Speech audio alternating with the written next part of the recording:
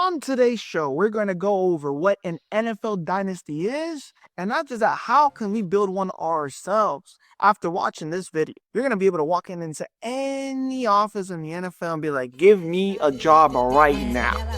I don't watch this video. This is how legitimate this is. We're going to break it down molecularly, how to build an NFL Dynasty. And the funny thing is, it's real simple. It's just, there's a lot of stupid people in the NFL. And you're going to realize that by the time I'm done with it. Very simple, 3 steps. All you need is 3 ingredients. You got that? Ooh, you smooth sailing over here. But before we break down the dynasty, we must study the origins of a dynasty and the lessons we can take from it. Get this. So we're going to take it back all the way to the 50s. BC. In 50 BC, there is this thing named the Roman Republic. And there was a young man by the name of Gaius who wanted to make a name for himself in the Republic and gain as much power as possible. That was the name of the game. I mean, yeah, why go for gold when you can go for power? He said, what if I make an alliance and at least get 1 or 2 people that I don't have to worry about backstabbing me? And oh yeah, and yeah, by the way, there was a lot of backstabbing when it came to Roman politics. I mean, kind of thinking about it, there's still a lot of backstabbing now in modern day politics, so I guess not much has changed. He met up with this man named Pompey, who was one of the most successful generals in Roman history. I mean, Pompey is known for, during one of the biggest civil wars in Roman history, going out there, being an expert at recruiting soldiers, and also being very well versed in training them and training these super awesome soldiers. So, okay, you had a strategist, and then you had the face of the operation, who was Gaius. You had the strategist, who was Pompey. Just Gaius and Pompey by themselves would have made a great duo, but they needed a third person, and they needed somebody with deep pockets because, hey, with big ambitions come big expenses, and they know of just the right person. His name was Crassus, who was the richest man in all of Rome. Now, how did Crassus get rich? Well, he was already born into a family that had a lot of money, but dude was pretty smart. But what he did was very simple. I mean, dude was the hyper genius when it came to making money. So what he would do, he would go up to your house and say,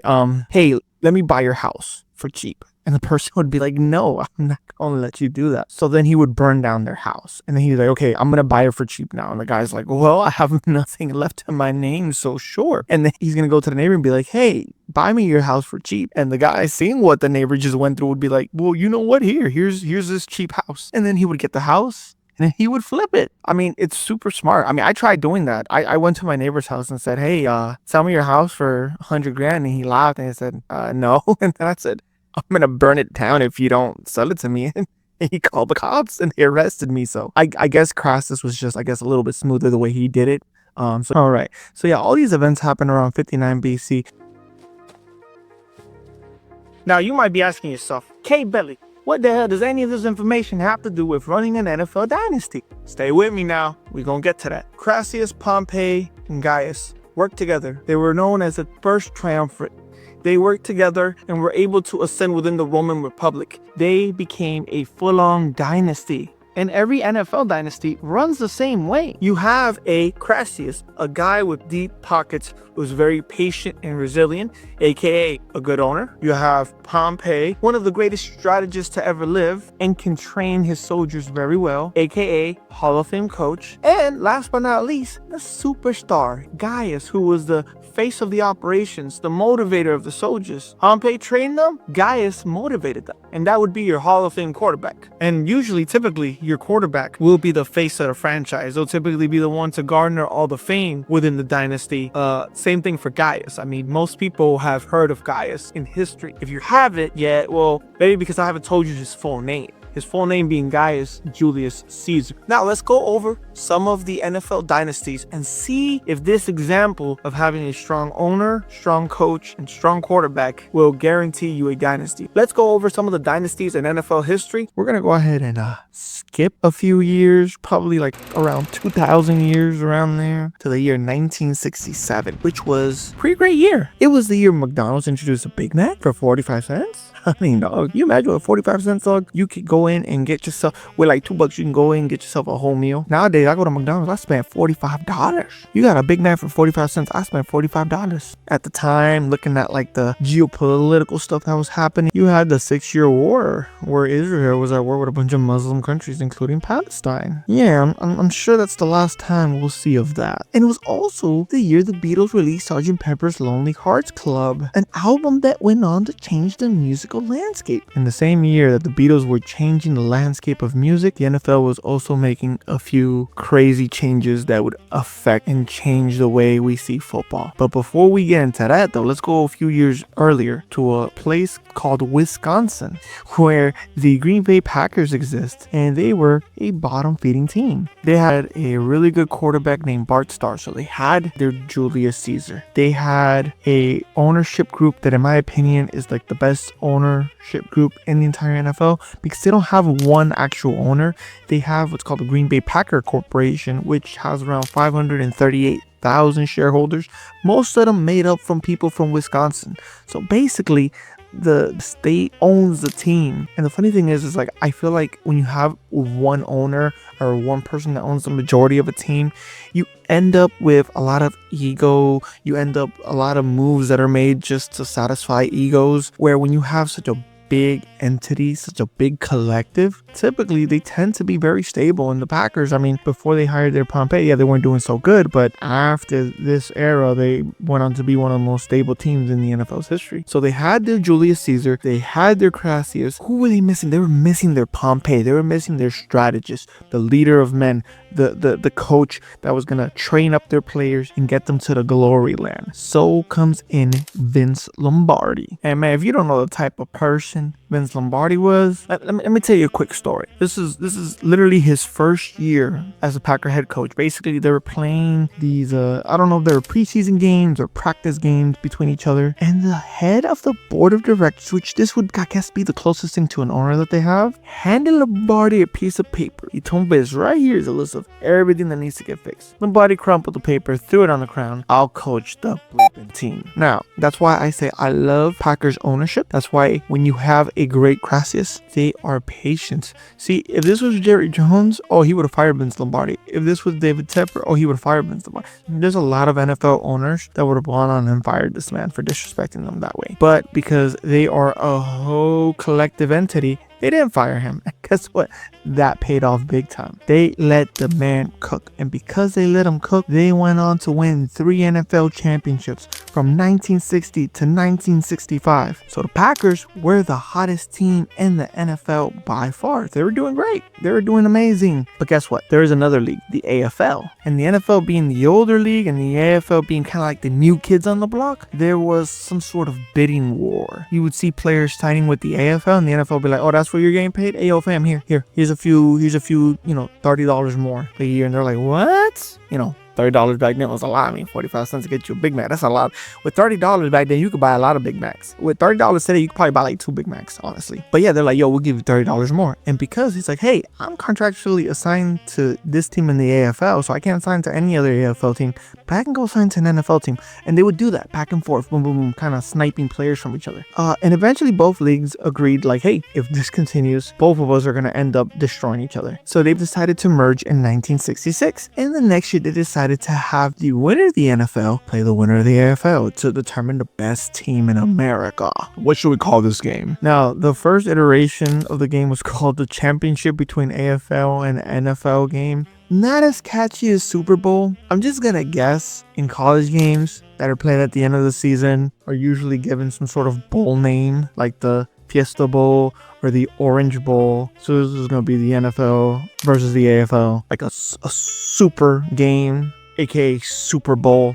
I'm guessing that's why they named it like that. I prefer the second name over the first name. But yeah. Hey, now there's a new challenge. Again, from 1960 to 65, they won 3 championships in the NFL. Okay, cool. There's this thing called the Super Bowl now. Vince Lombardi said, "I bet we gonna run this." And guess what? That season, in 1967 season, Vince led the Packers to a 12-2 record, and they ended up playing Dallas in the championship. Here's the thing. Vince Lombardi was an excellent coach, but the Julius Caesar by the name of Bart Starr, that man, if you can describe him in one word, it was clutch. I mean, you look up his stats, you know, they look horrible. I mean, I saw his stats, I almost threw up. I thought, I was like, why is it loading up Will Levis's stats? What is going on here? And no, it was actually his stats. But back then, you know, he ran the ball a lot. And, you know, the passing offenses weren't as developed as they were now. So you got to keep that in mind. The dude probably wouldn't even be a high school quarterback today. But back then, though, he was one of the best. And he was clutch. So when you look at his stats, remember, you look at a game, he had 150 yards and maybe one touchdown, but that one touchdown was a touchdown that won the game. Eventually, after beating Dallas in the championship game, they made it all the way to the first Super Bowl ever to exist in the history of humanity against the 12-3-1 Chiefs. The Packers being 14-2, by the way. And in the first half, things were a little shaky. The game was close. Packers were only winning by 4 points. And in the second half, Emperor Bart Starr marched down there, his army, with his strategists planning his every move to take the will of the enemy in the name of the Republic Packers. He went on to score, then score, then score. 3 unanswered times. The game ended in domination, and the Packers had won the first ever Super Bowl ever. And not just that, they went on to win the second Super Bowl. They won 5 world championships and 2 Super Bowls. They're the only dynasty in the history of the NFL to span the pre and post Super Bowl eras. Now we're going to go a little bit forward to the year 2002. And 2002 was kind of still under the shadows of the events of 2001 when the Twin Towers collapsed that year. And you could really feel it with everything that was going on. I mean, for example, the #1 grossing movie in 2002 was called Lord of the Rings, the Two Towers, which is, it's kind of crazy because like the people that didn't read the book was like, yo, I didn't get the vibe from the first movie. It was going to be tackling this type of topic. Some of the best albums to come out that year. You had the Eminem Show by Eminem, Justified by Justin Bieber, Under Construction by Missy Elliott. And if we check back on Israel and Palestine, they're fighting again. That's kind of surprising.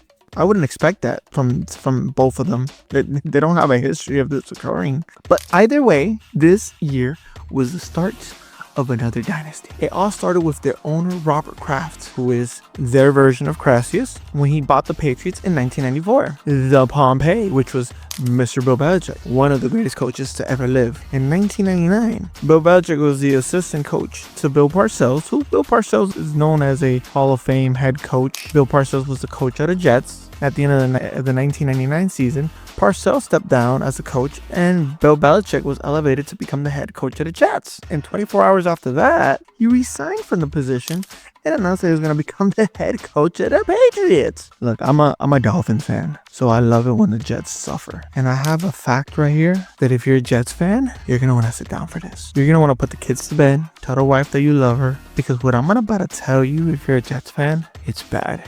It's really bad. Y'all gave the Patriots Bill Belichick, and I bet y'all were super sassy and y'all was very pissed about what happened. Well, I mean, you kind of got your revenge though, because there was an all-pro punter by the name of Tom Tupa from the Patriots that y'all signed, a Pro Bowl punter. Y'all offered him money that the Patriots were just not willing to match. They probably wanted to keep him, but they couldn't match it. They couldn't match Tom Tupa's contract that y'all offered him. So y'all ended up getting him. Good job. Y'all got your revenge on the Patriots. Except not really though. When the Patriots lost Tom Tupa, they were giving a compensatory pick. The compensatory pick was a 6th round pick in the 2000s draft. The 99th pick in the NFL draft. Do you know who they drafted with the 199th pick in the 6th round in the 2000s NFL draft? Thomas Edward Patrick Brady Jr., also known as the greatest football player to ever live. That's right. The Jets gave the Patriots their Pompey and their Caesar. Dog, the Jets really have the worst luck ever. You sign a punter and you give your division rival the greatest player of all time. And I mean, just to go on a tangent, you know, to go to this sport of football was not even a 1st or 2nd round pick. Dude was a 6th round pick, 199th pick. Even the Patriots themselves passed him over 5 times. Experts then try to tell us we don't know anything, we don't have the answers, yet y'all skipped on this man that many times. Even though Brady only played 1 game in his rookie season, in his 2nd year, the starting quarterback Drew Lock was injured and Brady stepped up. That season, he went on to lead the Patriots to the first Super Bowl win. And yeah, they had founder Julius Caesar. Their dynasty lasted from 2001 to 2018, and they changed all types of personnel between that time. The offensive coordinators, their defensive coordinators came and went. They had all types of receivers come and go, defensive superstars. But what always stayed consistent is that they had Robert Kraft, Bill Belichick, and Tom Brady.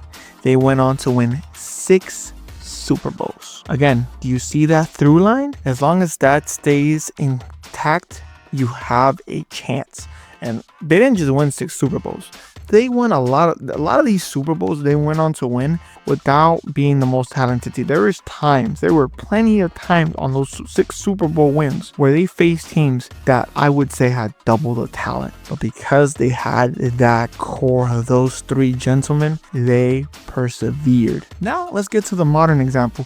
A flourishing dynasty right now that's current right now as we speak in this very moment. Let's go to the year 2020. The top song of the year was Blinded by the Lights by The Weeknd. The most sold album of the year was a Folklore by Taylor Swift. Jesus, I literally said I'm going to talk about the Chiefs and now mention Taylor Swift. And then the top domestic movie was Bad Boys for Life. A brief funny movie.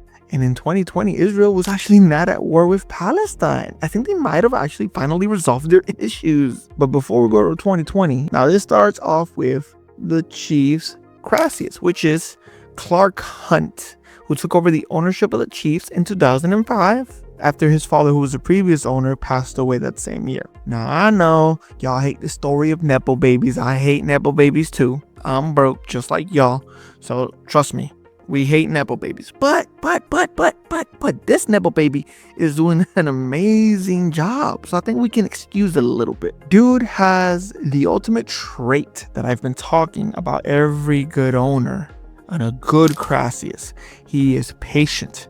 He hired his Pompeii Andy Reid in 2013, and it took 7 years before he could finally win a Super Bowl. And if you count from Andy Reid's first year in coaching, it took him 20 years as a head coach to finally win one. Imagine being there on year 19. Like, yo, this guy hasn't won a Super Bowl in 19 years. He's gotten close, but he hasn't won it. And in those 7 years, there were years where they regressed as a team. So again, a lot of owners are impatient and would have fired this man. That's why organizations like the Steelers that are very patient with their coaches, the Patriots that are very patient with their coaches, the Chiefs that are very patient, to give their coaches plenty of time to work through the bad seasons, the great seasons, and find what it takes to win a Super Bowl. When you are patient, you instill a sense of confidence in your coach, so your coach can make decisions that will benefit the team long term rather than aim for immediate success just so they don't get fired.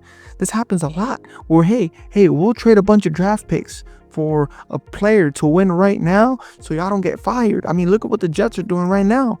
They basically say, hey, it might take Zach Wilson 2-3 years to get good. Nah, I don't want to get fired. I don't want to risk it. Let's just sign Aaron Rodgers and throw our franchise away. And because of that patience and because of that sense of confidence, Andy Reid and the GM of the Chiefs were able to draft a very risky quarterback prospect with the 10th pick in the 2017 draft, who by a lot of people was considered a bad pick, and he was considered a very long-term project. And they sat him out for a whole year.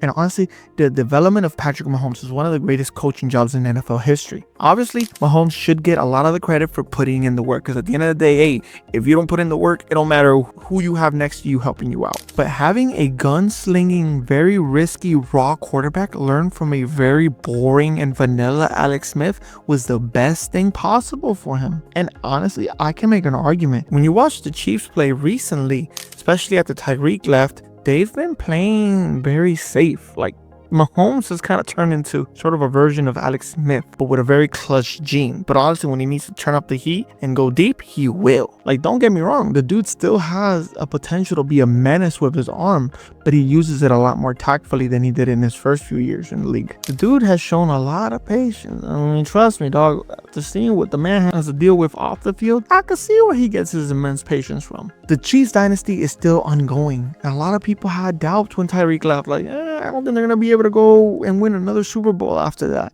And they won 2 Super Bowls the following 2 seasons, and now we're here. This year, Travis Kelce's having a horrible year. That was like their only weapon, or what people thought would be their only weapon. And then Mahomes freaking Hiroshima and Nagasaki Rashid Rice's knee, and Pacheco has been injured for most of the season, and Hollywood Brown hasn't played a single game after being acquired by the Chiefs, but somehow they're still 10-1. True, their defense has been very good, but it goes to show you though, no matter what pieces you surround them with, as long as you have that core of 3, the owner, the coach, and the quarterback, that dynasty shall continue. So what have we learned? So I think my point stands to reason. If you want to establish an NFL dynasty, make sure you get yourself a good owner, make sure you get yourself a good coach, make sure you get yourself a good quarterback. The rest will work itself out. But one thing I want to tell you off is that humans are imperfect. For every dynasty that rises, another one falls. Every dynasty is led by imperfect humans, and these humans have self-interests. They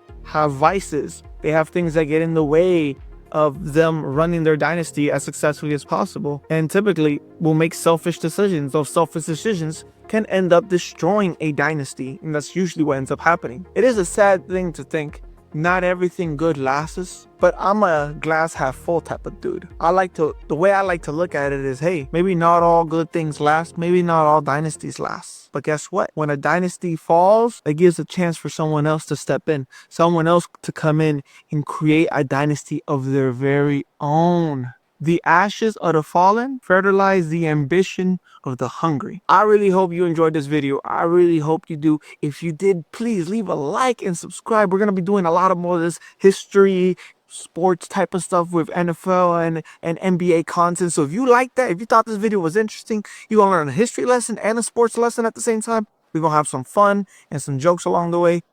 Hope you like this video. Subscribe and stay tuned for the next one. Peace.